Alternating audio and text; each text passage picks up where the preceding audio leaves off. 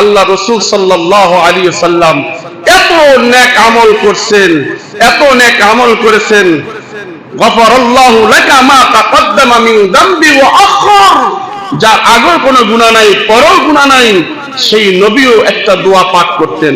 পড়েন আমার সাথে, আল্লাহুম্মা, সবাই জবান খুলে পড়েন, আল্লাহুম্মা হাসিবনি হিসাবাই ইয়াসীরা, আল্লাহুম্মা হাসিবনি হিসাবাই ইয়াসীরা।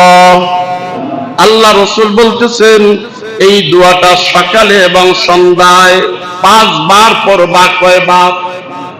এর অর্থ হচ্ছে আল্লাহ হাসরের মাঠ যেদিন কায়েম হবে, সূর্যটা যখন মুডমাত উপরে থাকবে, ওই কঠিন মুহূর্তে কারো আমলনামা ডান হাতে, কারো আমলনামা বাম হাতে। আল্লাহ তুমি আমার হিসাবকে সহজ করে দাও। সুবহানাল্লাহ বলে।